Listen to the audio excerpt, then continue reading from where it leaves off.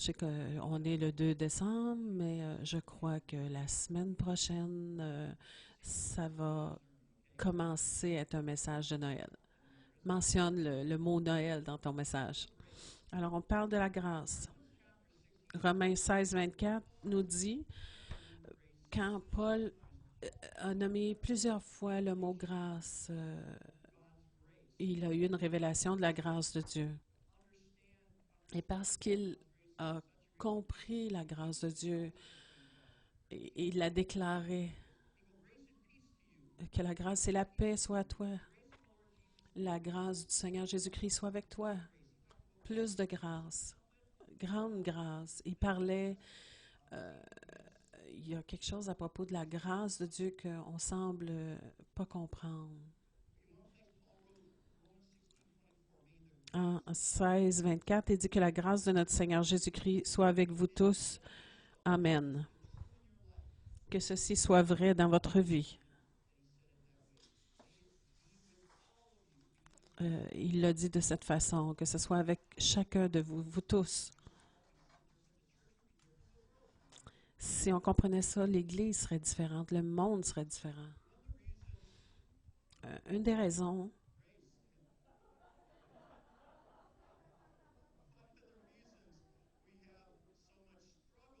qu'on a, une des raisons pour lesquelles on a de la difficulté avec le mot grâce, je fais un peu de révision ce matin, là. La grâce, c'est la puissance surnaturelle de Dieu qui agit en notre nom pour faire de nous des créations complètement nouvelles, entièrement agréables à Dieu. On est racheté et guéri par grâce. Par la grâce, on reçoit la plénitude de Dieu. Alors, c'est une puissance surnaturelle de Dieu qui fait de nous des créations complètement nouvelles et agréables à Dieu. Alors, c'est juste le travail de Dieu. On a juste à le recevoir. Merci Seigneur, je le reçois. Et ceci nous rend euh, agréables à Dieu. Il y a un deuxième aspect de la grâce de Dieu, puis c'est sa puissance surnaturelle qui nous permet de surmonter tout ce qui vient contre nous.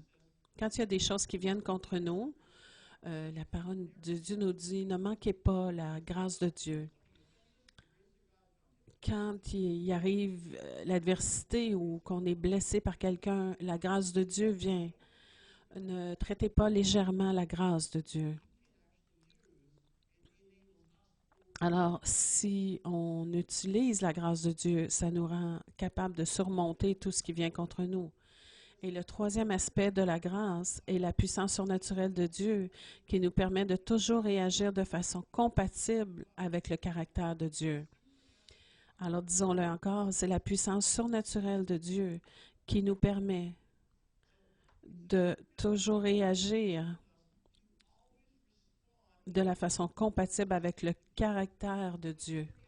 Alors, si quelqu'un nous offense, on peut toujours pardonner. Si quelqu'un nous... quelque chose vient contre nous, on peut choisir de ne pas être amer, pas de réagir, mais de ne pas réagir d'une façon qui n'est pas divine. Mais lorsque quelque chose vient, j'ai la puissance de Dieu. Si je ne veux pas manquer le but, mais si je reconnais mon besoin de la grâce de Dieu, alors je peux toujours répondre d'une façon comme le caractère de Dieu. Alors cette semaine, comment réagissons-nous quand il y a des choses qui arrivent dans l'Église? Comment on réagit comme le caractère de Dieu? Alors, la semaine passée, j'ai dit que quand le péché vient dans l'Église, le pécheur doit prendre la responsabilité de son attitude. Il ne peut pas dire tu m'as fait faire ça, tu m'as mis en colère. Non, non. Je ne suis peut-être pas une bonne personne, mais c'est toi qui as choisi d'être en colère. Il faut prendre la responsabilité de nos actions. Et deuxièmement, il faut réagir adéquatement à la personne qui nous a, qui a mal agi envers nous.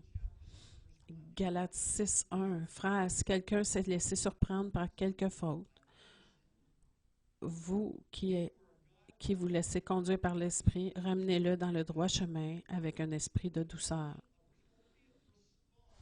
La seule réponse appropriée quand il y a du péché dans l'Église, c'est ce verset-là. Dieu appelle comme frère et sœur à considérer la personne comme un membre de notre propre famille, non pas comme un étranger, pas comme cette personne offensante. C'est un membre de notre famille et on a besoin de parler à cette personne afin d'apporter de la restauration. Que cette personne l'accepte ou non, mais moi, ma tâche, c'est d'amener de la restauration.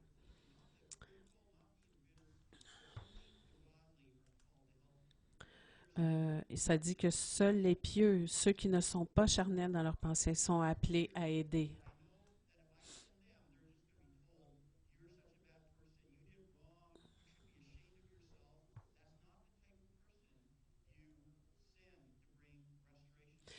Une personne qui condamne n'est pas la personne qu'on va envoyer pour apporter de la restauration. Parce que quand il y a de la honte sur une personne blessée, n'apportons pas plus de honte. Ne dites jamais honte à toi. Ce que vous faites, c'est que vous mettez un sort, une malédiction sur cette personne. Alors, il faut amener les gens dans une repentance divine. Mais la honte, tout ce que ça fait, c'est que ça amène la personne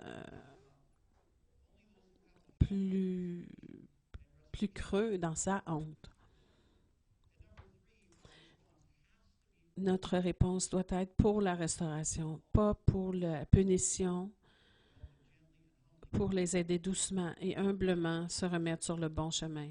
Mais des fois, c'est de la discipline, mais pour de la restauration et non pas pour de l'humiliation, non pas pour punir, mais pour amener un bon conseil. Il y a deux mentalités qui sont vraiment des ennemis de la grâce de Dieu.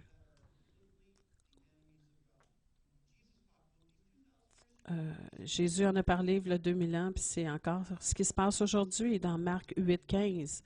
Jésus leur fit cette recommandation. Gardez-vous avec soin du levain des pharisiens et du levain d'Hérode. Le levain ou le levain, les structures de pensée, l'esprit des pharisiens et d'Hérode. Le levain des pharisiens, on a dit la semaine dernière, c'est l'esprit religieux. Ça va détruire l'esprit de famille qu'il y a dans l'Église. Ça va détruire l'opération de la grâce du Saint-Esprit dans l'Église. Et l'esprit d'Hérode, c'est l'esprit politique. C'est un esprit politique. Quand on laisse ces deux pensées, ces deux façons de penser, d'influencer nos paroles et notre façon d'agir, c'est comme si on devenait partenaire de ces esprits. Alors, si Dieu nous dirige, on devient partenaire avec Dieu. Mais si on laisse ces façons d'agir, de contrôler nos pensées et d'agir, nous devenons partenaires avec ces esprits. La parole nous dit de ne pas être sous le joug de l'ennemi.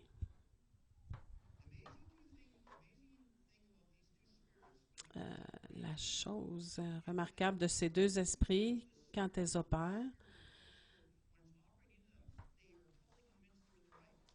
les personnes qui ont des esprits religieux ou des esprits politiques, ils sont foncièrement convaincus qu'ils sont dans la vérité. Les pharisiens, ils étaient sûrs qu'ils étaient dans la vérité.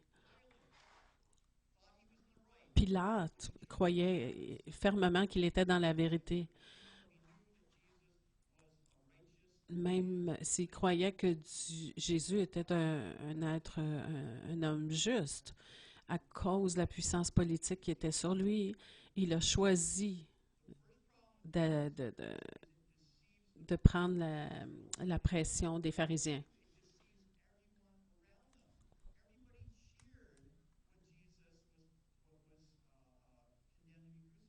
Tout le monde se réjouissait, la foule se réjouissait quand euh, Jésus a été condamné à la mort.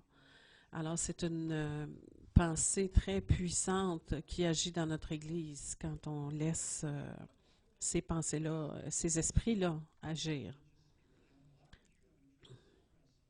Alors j'ai beaucoup de matériel, je vais essayer de mais, euh,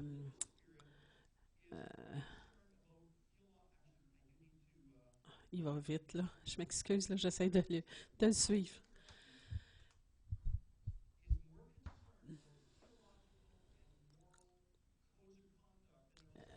L'esprit religieux est plus concerné euh, par la doctrine que de les relations. Parce que l'esprit religieux ne cherchera pas les relations, mais va chercher à avoir des comportements adéquats.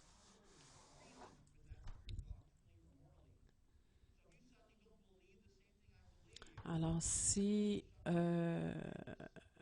ne crois pas la même chose que moi, euh, je me sens rejetée à cause de l'esprit religieux.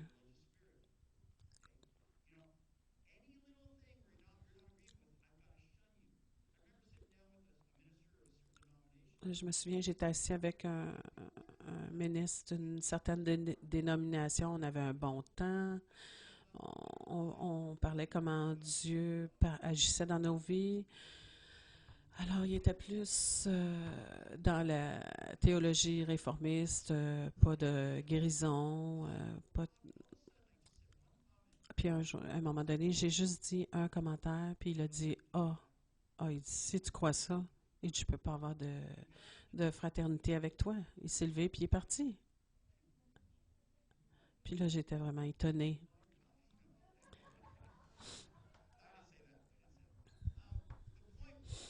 Alors, le point était qu'on avait un bon temps de partage, de communion dans l'esprit euh, autour de Jésus, mais aussitôt que j'ai touché une de ces vaches sacrées, l'esprit religieux a brisé la relation et il m'a mis de côté. Et il croyait encore qu'il était complètement dans le vrai à cause de ce point de doctrine. Ça a brisé notre relation. C'est l'esprit religieux qui fait ça.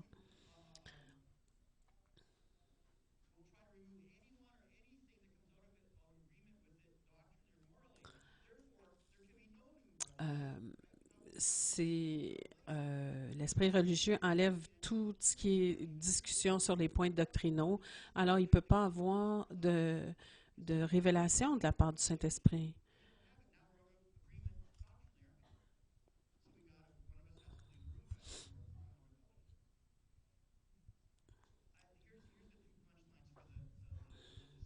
Alors, voici les deux points importants.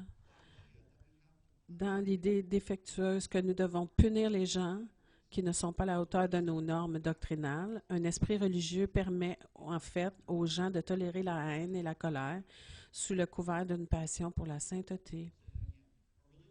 Un esprit religieux va tolérer la colère et la haine sous le couvert d'une passion pour la sainteté. Parce que je demande euh, la sainteté, je peux donc te médire, t'exposer, exposer ce que tu fais, parce que tu as brisé la relation avec mes croyances doctrinales. Un esprit religieux demande une séparation de toute erreur et de toute personne dans l'erreur parce qu'on est dévoué à la vérité. Euh, L'esprit religieux va me forcer à me séparer de toi afin de te prouver que je suis dans le vrai et que tu es dans l'erreur.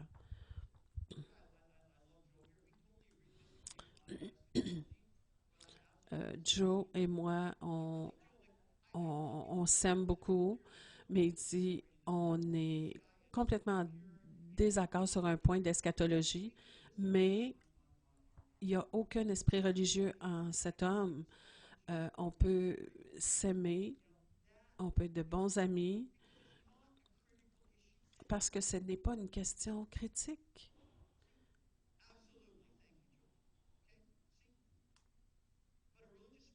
Un esprit de religieux demande que mon âme se sépare de son âme parce que ma vérité est vraie et la sienne est fausse. C'est comme ça que l'esprit religieux fonctionne. Et maintenant, le levain d'Hérode, l'esprit politique. La deuxième fausse pensée que Jésus nous disait de s'éloigner, c'est dans Matthieu 2, Hérode le Grand. Jésus est né à Bethléem. Puis il y en a qui ont dit Jésus, le roi des Juifs, est né. Puis là, Hérode, il était offensé parce qu'il dit je suis le roi des Juifs. Comment ça, comment ça, il y a un autre roi? Alors, il a essayé de truquer les mages afin de les ramener pour leur dire où était Jésus. Puis ils ont eu un message d'un ange pour leur dire de ne pas retourner voir le roi après avoir vu Jésus, mais de passer par un autre chemin. Et Hérode était vraiment en colère et il a donné des ordres pour occuper tous les enfants, garçons, 2 ans et moins, à Jérusalem et tous les environs pour être sûr de tuer cet enfant-là. Alors le roi Hérode était un juif. Il a été élevé dans la foi juive. Il connaissait les prophéties d'un Messie qui devait venir, mais il était un juif influençable.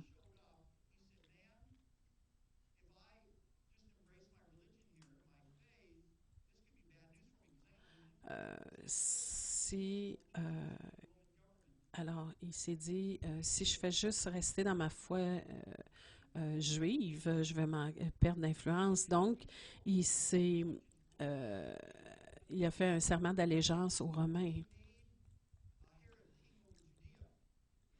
Et les Romains ont mis Hérode roi des Juifs, qui était à Bethléem, Jérusalem et toute cette zone-là. Et Hérode connaissait les prophéties d'un Messie. Et quand le rapport est venu que le roi des Juifs était né, alors il a été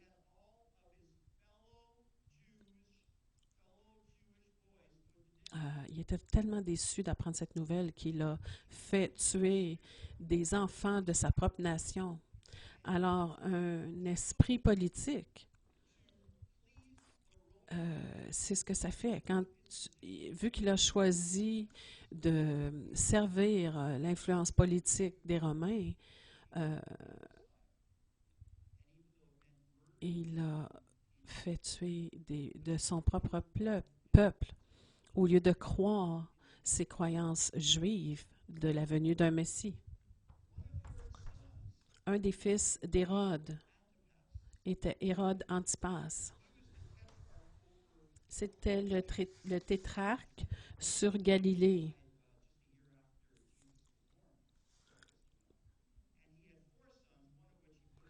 Alors, Hérode est mort 1 an après que Jésus est né et 3 de ses fils, Hérode Antipas, était le tétrarque qui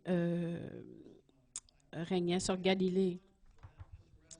Il a fait arrêter Jean le Baptiste parce que Jean disait que Hérodius, qui était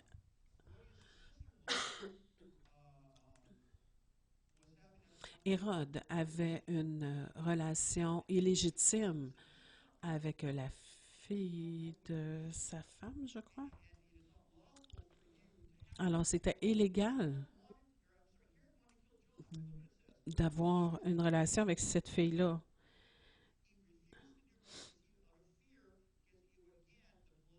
Hérode avait peur de la population. Donc, à cause de sa peur, il a fait arrêter Jean. Et en 19-20, il dit dans Marc, Hérode craignait Jean, le connaissant pour un homme juste et saint. Il le protégeait. Hérodias, ouais, c'est ça.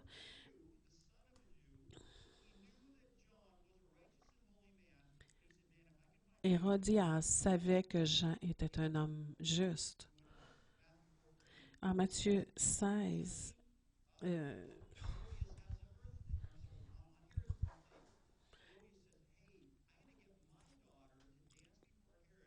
euh, et lorsque célébra l'anniversaire de la naissance d'Hérode, la fille d'Hérodias dansa au milieu des convives et plut à Hérode, de sorte qu'il promit avec serment de lui donner ce qu'elle demandait. Puis là, la mère a dit, ben, demande la tête de Jean-Baptiste. Le roi fut attristé, mais à cause de ses serments et des convives, il commanda qu'on la lui donne.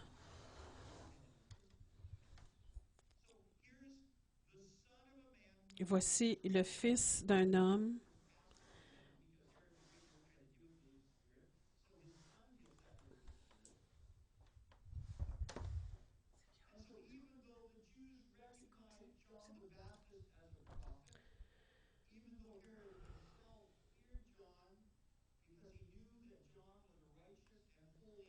Même s'il savait que Jean était un homme juste, à cause des convives, il a décidé de faire décapiter Jean. Non.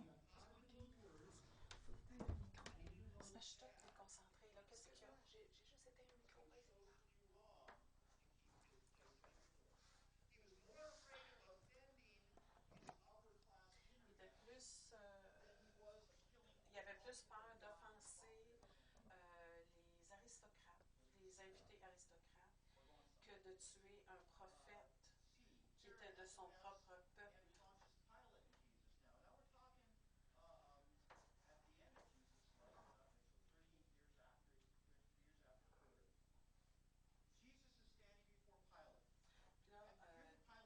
30 ans après sa naissance, Jésus est devant Pilate. Puis là, Pilate il dit, je ne trouve rien de coupable en cet homme. Mais là,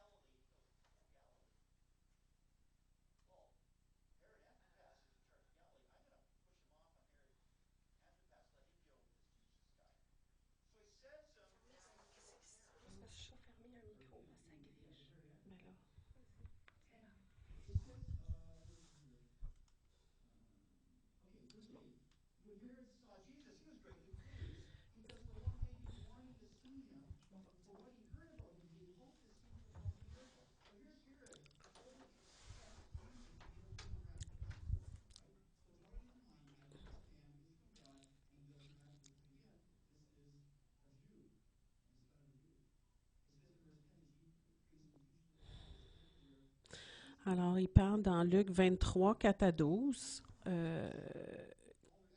que Pilate accusait, ne voyait rien de mal en Jésus, et a appris qu'il était de la juridiction d'Hérode et le renvoya à Hérode.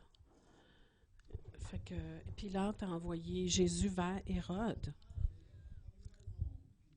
Pilate a été mandaté par Rome, un citoyen romain, comme gouverneur sur Judée et de la province de Galilée. Mais ils étaient ennemis, les Juifs et les Romains, et puis il y avait des jeux politiques ici, là.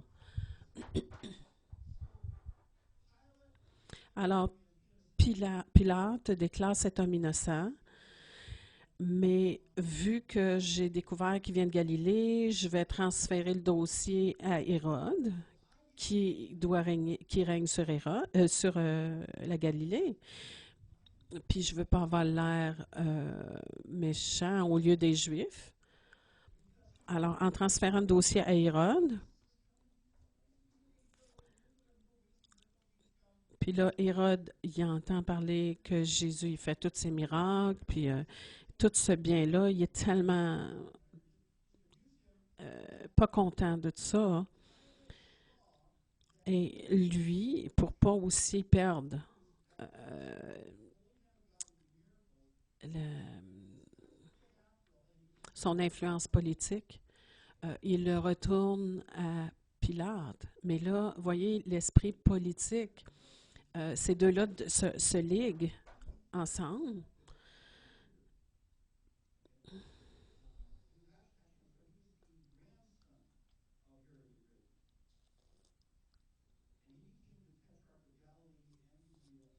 C'est des jeux politiques, là. C'est ça qui explique, là, dans tous les détails, là. Mais là, j'ai perdu le fil, là. J'en ai perdu un bout, là. Je vais essayer de rattraper, là. Euh,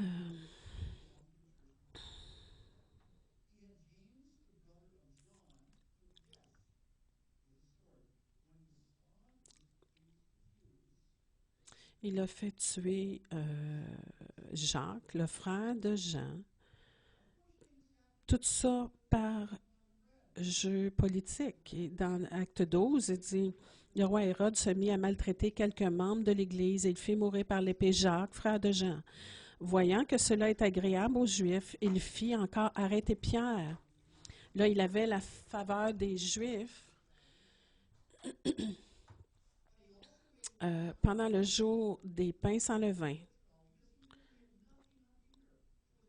Il n'y avait rien contre Pierre, puis il ne pouvait pas l'accuser de rien, mais il s'est dit, si j'ai un procès romain, je vais perdre. Mais si je peux amener les Juifs à faire un procès, alors je vais avoir la faveur des Juifs, puis ainsi avoir plus en fait, de faveur auprès des gens. Alors, c'est l'esprit politique qui fait ça. L'esprit politique cherche l'influence, cherche des façons d'être une personne d'influence pour persécuter, même mettre à mort des propres gens pour avoir un gain politique. C'est ça, un esprit politique. Et comment ça fonctionne dans l'Église? Un dernier verset, Acte 4, 27. Et en effet, contre son saint serviteur Jésus que tu as oint, Hérode et Ponce Pilate se sont ligués dans cette ville avec les nations et avec les peuples d'Israël. L'esprit politique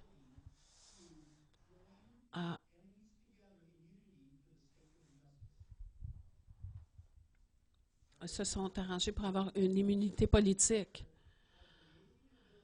Euh, L'esprit politique a cette habilité d'avoir cette immunité pour se liguer et amener à faire quelque chose d'illégal. Mais c'est correct parce qu'on est unis.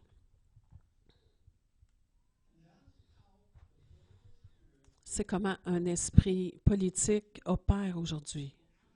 Un chrétien va actuellement, en réalité, euh, faire des complots avec d'autres chrétiens ou avec des non-croyants afin d'amener un frère ou une sœur à être mal jugé par les gens.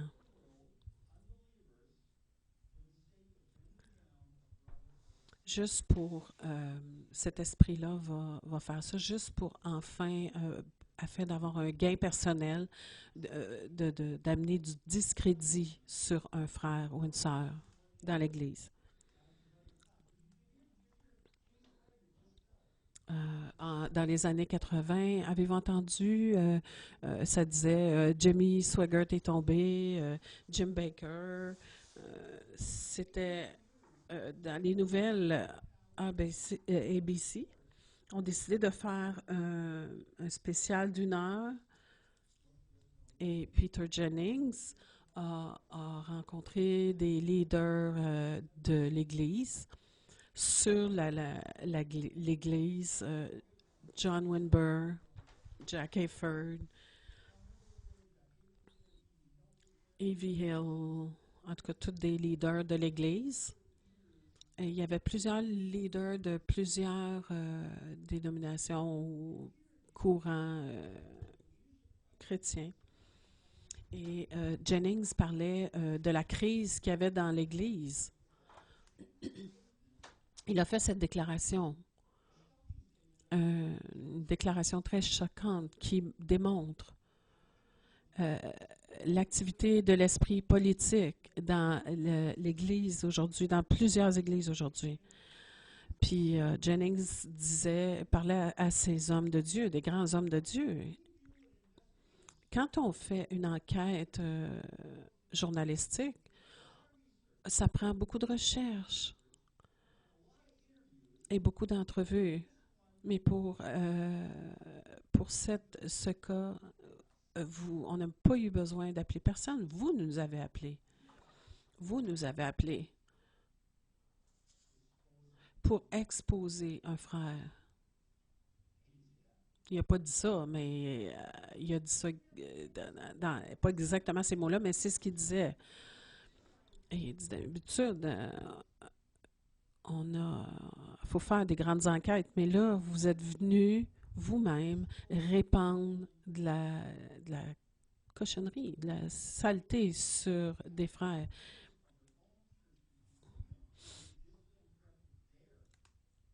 Alors, oui, ils ont mal agi, mais c'était pas de mettre leur réalité sur les chaînes médiatiques, mais au contraire, dans l'Église, d'amener ça par la grâce de Dieu, amener la guérison. Quand on lutte avec un esprit politique, religieux, c'est-à-dire, on essaie de paraître juste devant les gens. Et on permet la colère et la haine d'entrer dans nos cœurs. C'est ce que l'esprit politique fait. Mais aussi, on combat. Quand on a l'esprit politique aussi, on expose nos frères, nos sœurs, devant même des gens dans le séculier pour un gain personnel. C'est aussi fou que ça, que c'est l'esprit politique. Wow, frère Bob est tombé moralement. C'est garanti que ça va être exposé. Ça va devenir exposé publiquement, mais si je peux être le premier à l'exposer et puis qu'il puisse savoir que je suis contre ça, alors je vais être vu comme étant plus juste. Ça va m'apporter de la faveur aux gens. L'exposer, c'est un bon geste politique pour moi, une bonne stratégie politique. Voici un exemple encore plus récent. Est-ce qu'on a des problèmes avec les batteries?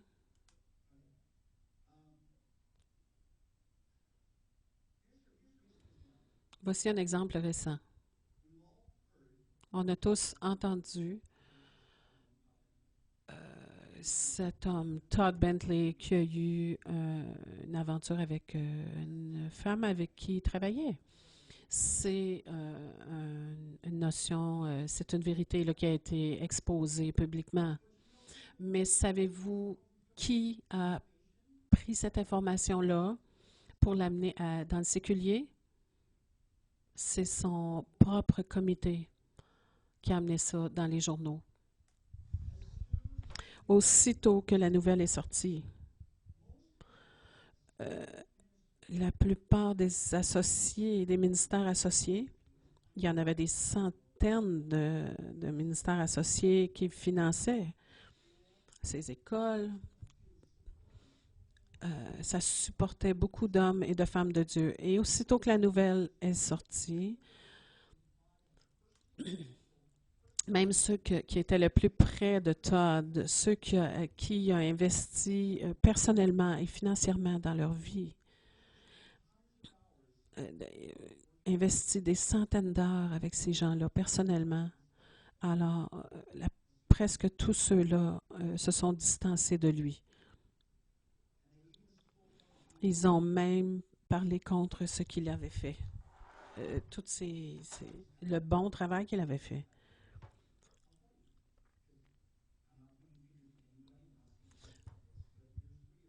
Alors, voici la réalité. Il y a des gens qui ont dit, si je me tiens pour Todd, ça va amener du discrédit dans mon propre ministère. Alors, peut-être que si je m'éloigne de lui, je ne le soutiens pas, je vais sauver les meubles chez moi. Mais l'esprit politique a occasionné la trahison.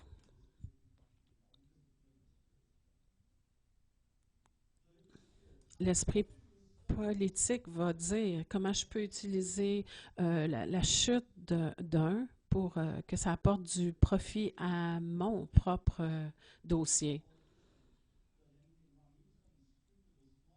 Mais on le voit, là, quand un homme politique fait une erreur, c'est amené sur la chaîne. Comment Pauline Marois peut laisser cet homme-là entrer dans la politique? C'est un homme qui n'a pas payé ses billets de stationnement il y a 20 ans.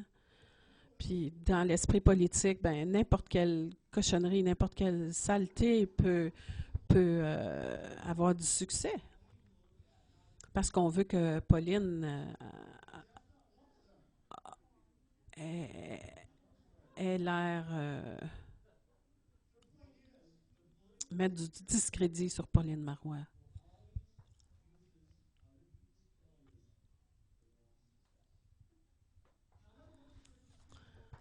Alors, l'esprit politique dans l'Église. Parlons de l'Église locale. Hey, pasteur, est-ce que tu considères que Georges va conduire ce ministère-là?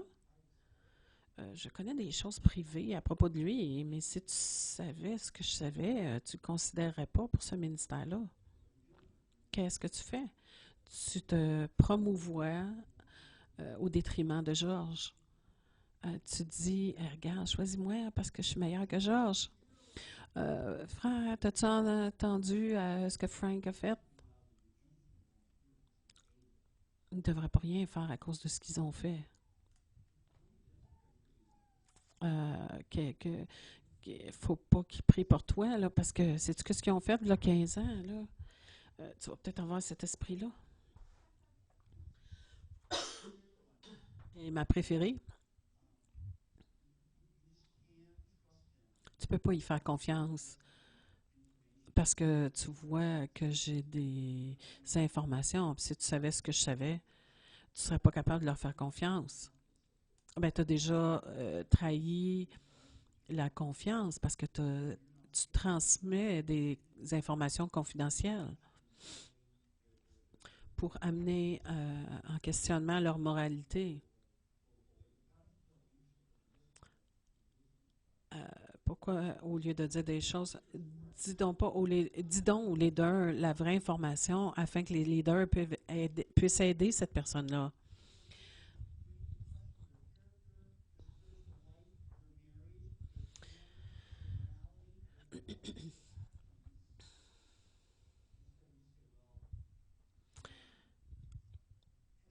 Au lieu de questionner leur vie, leur moralité, pour les aider vraiment, là, on met des fois juste peu de commentaires peut faire plus de tort que beaucoup d'informations, de la bonne information.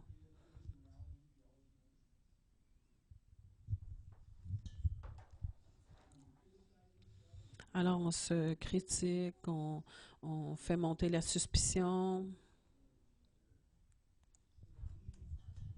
Alors, nous, dans le ministère, on peut avoir de la faveur euh, au détriment du ministère d'un autre. Dans une famille, on restaure les gens. On ne détient pas des informations qui amènent du chantage. Si vous avez de l'information, parlez à des leaders, dites-le. Je parle pas de ça parce que j'ai de l'information particulière. Je parle de ça parce qu'il y a cet esprit-là, à cause de cet esprit politique qui manœuvre dans les congrégations. Il y a des églises qui ont perdu leur pasteur, ils sont dans des problèmes financiers à cause d'un esprit politique qui a agi dans une église. Alors, comment surmonter l'esprit politique? Dans toutes les relations dans lesquelles on entre ou dans une église, alors comment on fait? Apprenons du cœur de David.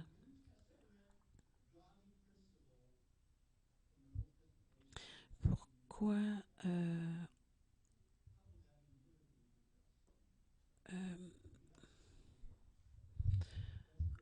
OK, dans l'esprit du Nouveau Testament, on a quelque chose à apprendre dans l'esprit de l'Ancien Testament, qui était l'exemple de David.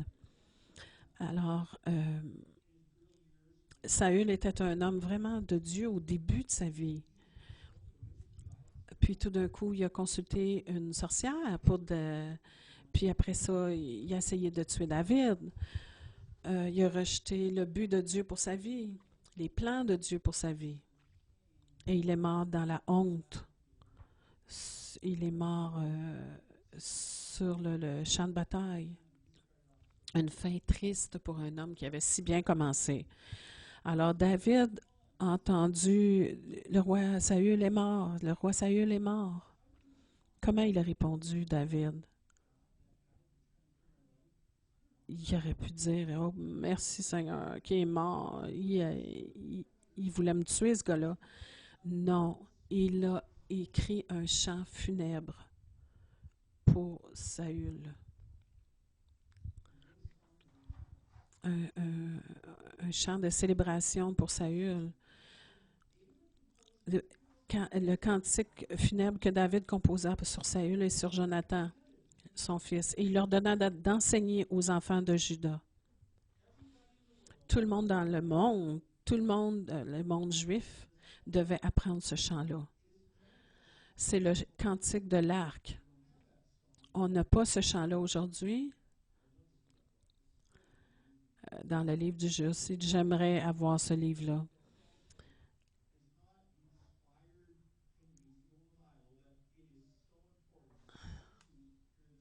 Il est important que tous les Juifs entendent ce cantique. Et voici une partie. L'élite d'Israël a succombé sur tes collines. Comment des héros sont-ils tombés? Alors, vous comprenez que Saül est mort dans la défaite, dans la honte. Il était devenu un meurtrier, un roi meurtrier.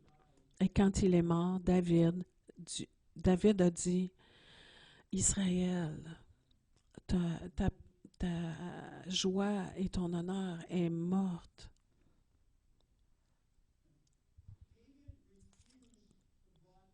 David refuse de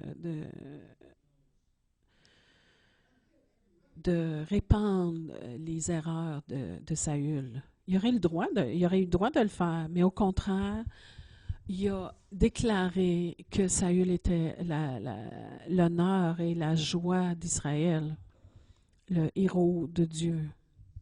Ça, c'était dans le chant, qui allait être diffusé partout.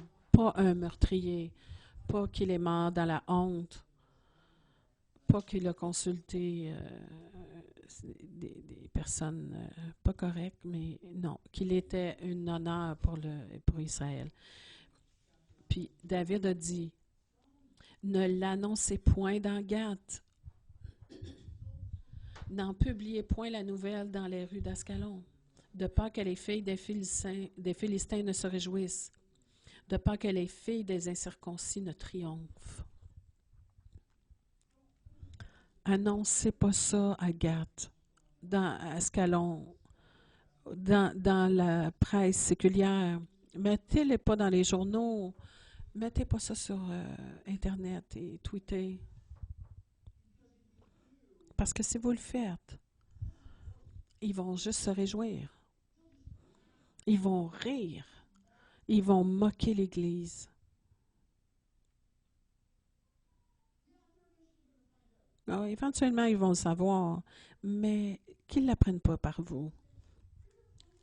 Ils vont le savoir, mais que ce ne soit pas par vous.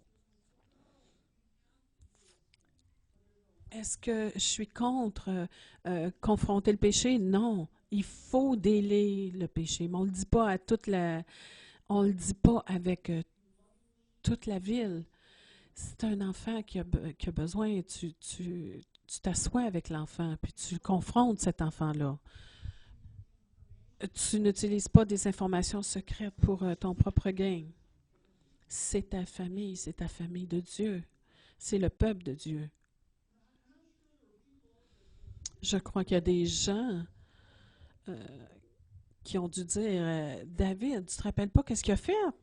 Ben, c'est sûr qu'il ne peut pas oublier ce que Saül a fait.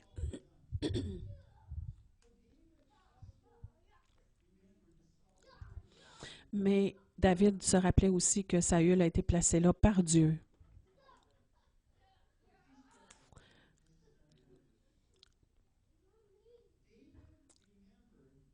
David se rappelait que Saül a été placé là par Dieu. Comme le représentant choisi de Dieu. Et même que Saül agissait d'une façon non honorable, David l'a agi avec lui d'une façon honorable. Il y a un esprit qu'on ne comprend peut-être pas ici. Même si Saül n'était pas un leader juste, voyons, David a agi avec lui d'une façon honorable. David a démontré une dimension de loyauté et d'honneur qui était complètement étrangère à plusieurs chrétiens aujourd'hui. Il a démontré une dimension de loyauté et d'honneur qui est complètement étrange pour plusieurs chrétiens. David était sous la loi, aidé par l'Esprit de Dieu. Nous avons l'Esprit de Dieu. Savez-vous pourquoi David avait cette dimension? Parce qu'il était un homme selon le cœur de Dieu. Alors, c'est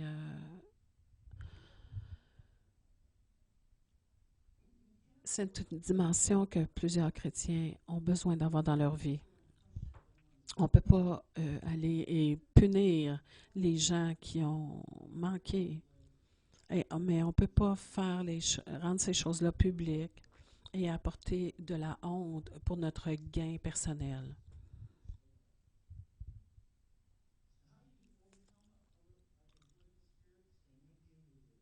Alors, comment on surmonte un esprit politique?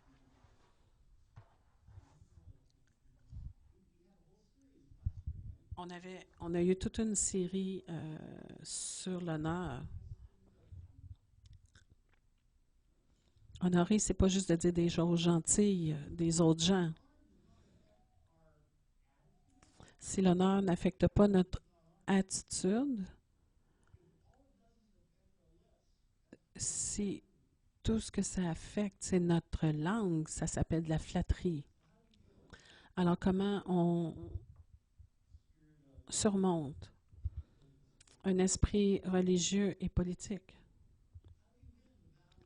Comment gagner la lutte pour la grâce?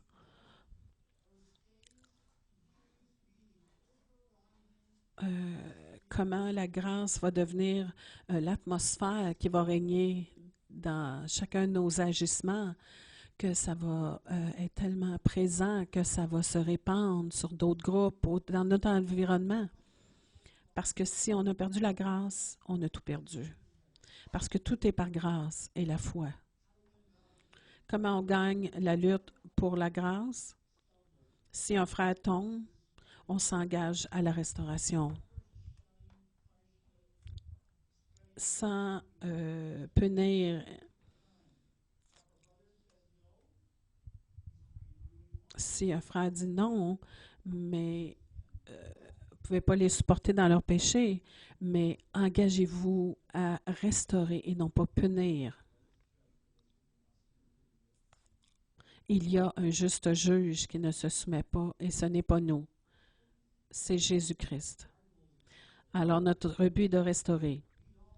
Deuxièmement, se soumettre à un père spirituel pour notre responsabilité personnelle. Il faut être redevable. Se référer à un des leaders qui est tombé, pourquoi il n'a pas été corrigé ou d'une façon correcte? C'est que tous ceux qui étaient sur son comité étaient sur ses listes de paye.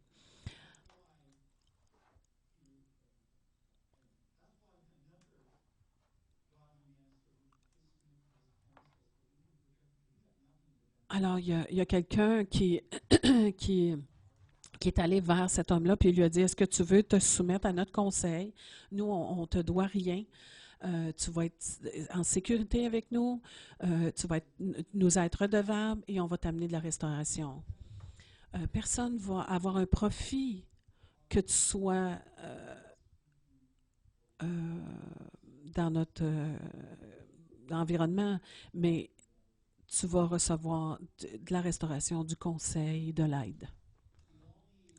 Alors, on a tous besoin d'être redevables à quelqu'un qui ne reçoit pas de bénéfices de nous si on lui est redevable. Des fois, notre meilleur ami, c'est la personne qui nous est redevable, à qui on est redevable, mais des fois, cette personne-là ne veut pas perdre notre amitié. Donc, c'est difficile pour cette personne-là, des fois, de parler dans notre vie. Alors, s'il y a un engagement, une loyauté euh, euh, à avoir une personne redevable, à qui on va être redevable, alors cette personne-là n'a aucun bénéfice personnel, mais juste est là pour la restauration.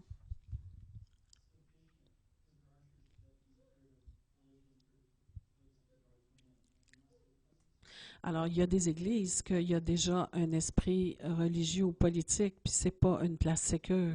J'ai entendu des histoires de pasteurs qui ont partagé publiquement dans leur église, puis ils ont été humiliés, vraiment. Ça,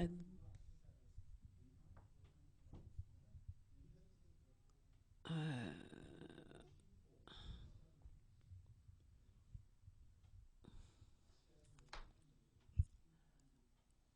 ça parle d'armée, c'est très peu mentionné, mais où ça parle de famille, c'est nommé au-delà de 200 fois. Ensuite, refuser de jeter tout ce que Dieu fait juste parce que quelqu'un est tombé. Tout, tout homme de Dieu que j'ai mentionné tantôt tous ces hommes qui sont tombés, ils avaient une partie de la révélation de Dieu. Alors, quand quelque chose a été sali, euh, on le, on le jette pas, on le nettoie. Quand un mouvement de Dieu est sali, on ne tue pas ce mouvement-là, on le nettoie. Et le mouvement de Dieu continue. Et l'esprit de ce qui arrivait continue. Refuser de se donner ou de fonctionner dans un esprit religieux ou un esprit politique. Faites le choix de vous vraiment vous tenir, vous protéger. Des fois, moi, je sais que je vais trop limite, là. Je sais que là, je suis mieux de me taire. Parce que aussitôt que vous vous laissez aller dans cet esprit de politique ou religieux, vous franchissez une ligne. Tenez-vous en garde de ne pas salir quelqu'un pour vous donner une bonne réputation. Les pharisiens opéraient dans un esprit politique et Jésus était prêt à risquer sa réputation pour aider ces gens-là.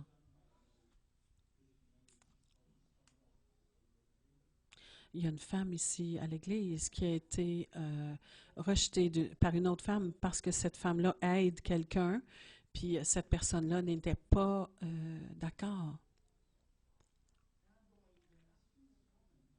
Tu demandes à cette femme de renier sa foi parce que la foi chrétienne dit « Je vais aller vers les gens qui sont dans le besoin, qu'importe leur race, leur culture, leur philosophie, leur religion. »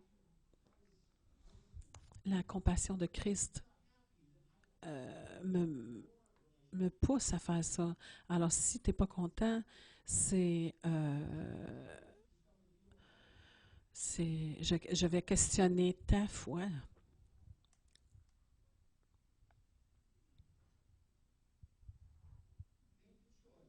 Faire le choix de ne pas vous séparer de quelqu'un pour avoir l'air sain, avoir l'air meilleur ou pour un gain personnel.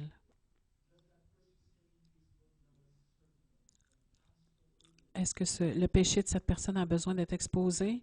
Oui, mais ça doit être exposé aux bonnes personnes parce que tu aimes cette personne. Et habituellement, la bonne personne, c'est un leader spirituel qui est redevable à Dieu et qui s'engage à la restauration.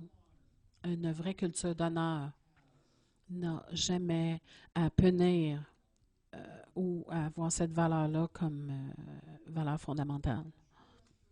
Et la vraie restauration ne peut arriver quand on s'engage dans un ordre divin, dans une structure divine. Si on a un ordre qui est selon les règles de Dieu et qu'on n'a pas des valeurs familiales, on est encore ouvert à un esprit religieux.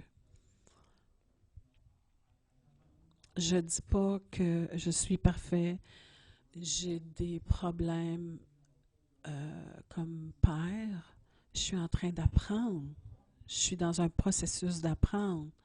Mais on a un parcours à devenir fils et fille de Dieu, à comprendre qu'est-ce que c'est que d'être fils et fille de Dieu et d'être membre d'une famille.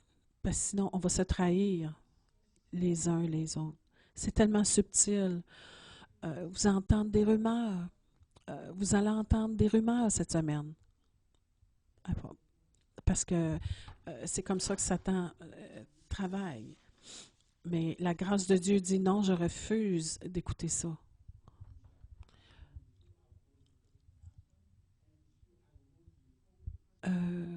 je vais choisir d'aller soit chercher la vraie vérité ou je ne répandrai pas ces vérités. Le Satan est l'accusateur des frères. Et quand on entretient cette accusation, euh, on devient partenaire à cette accusation. Alors, ceci n'est pas un message de Noël. Si nous pouvons faire les bons choix et dealer avec l'esprit religieux et politique, et on peut célébrer Noël toute l'année dans cette Église parce qu'on va vivre vraiment tout ce que Jésus est venu nous apporter. Mettez la main sur votre cœur. Seigneur, Papa, Dieu, veux-tu m'aider? Aide-nous d'avoir une entière révélation d'être, qu'est-ce que c'est d'être fils et fille de Dieu. Que je sois sécure dans mon identité comme fils et fille de Dieu, de vivre dans notre identité et non dans un esprit d'orphelin. Alors, si on n'a jamais reçu Christ, je prie qu'il fasse le choix de devenir fils et fille de Dieu et embrasser la plénitude du plan de Dieu, de l'identité et de la destinée de Dieu pour notre vie. Je te prie, Père, que tu nous aides de gagner le combat pour la grâce, de toujours choisir la grâce et d'être rendu puissant et d'être consistant avec le caractère de Dieu. Aide-nous, Père, de rejeter à tout prix un esprit religieux et politique afin qu'on puisse, d'une façon entière et vraie, la famille de Dieu. Père, répands ta grâce maintenant. Répands ta grâce maintenant. Et forme-nous comme une famille.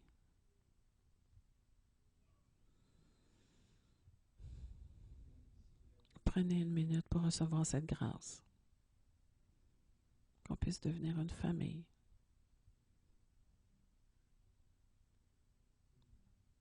Oui, approfondis notre famille. Qu'il n'y ait pas une fissure, que cet esprit politique ou religieux puisse entrer.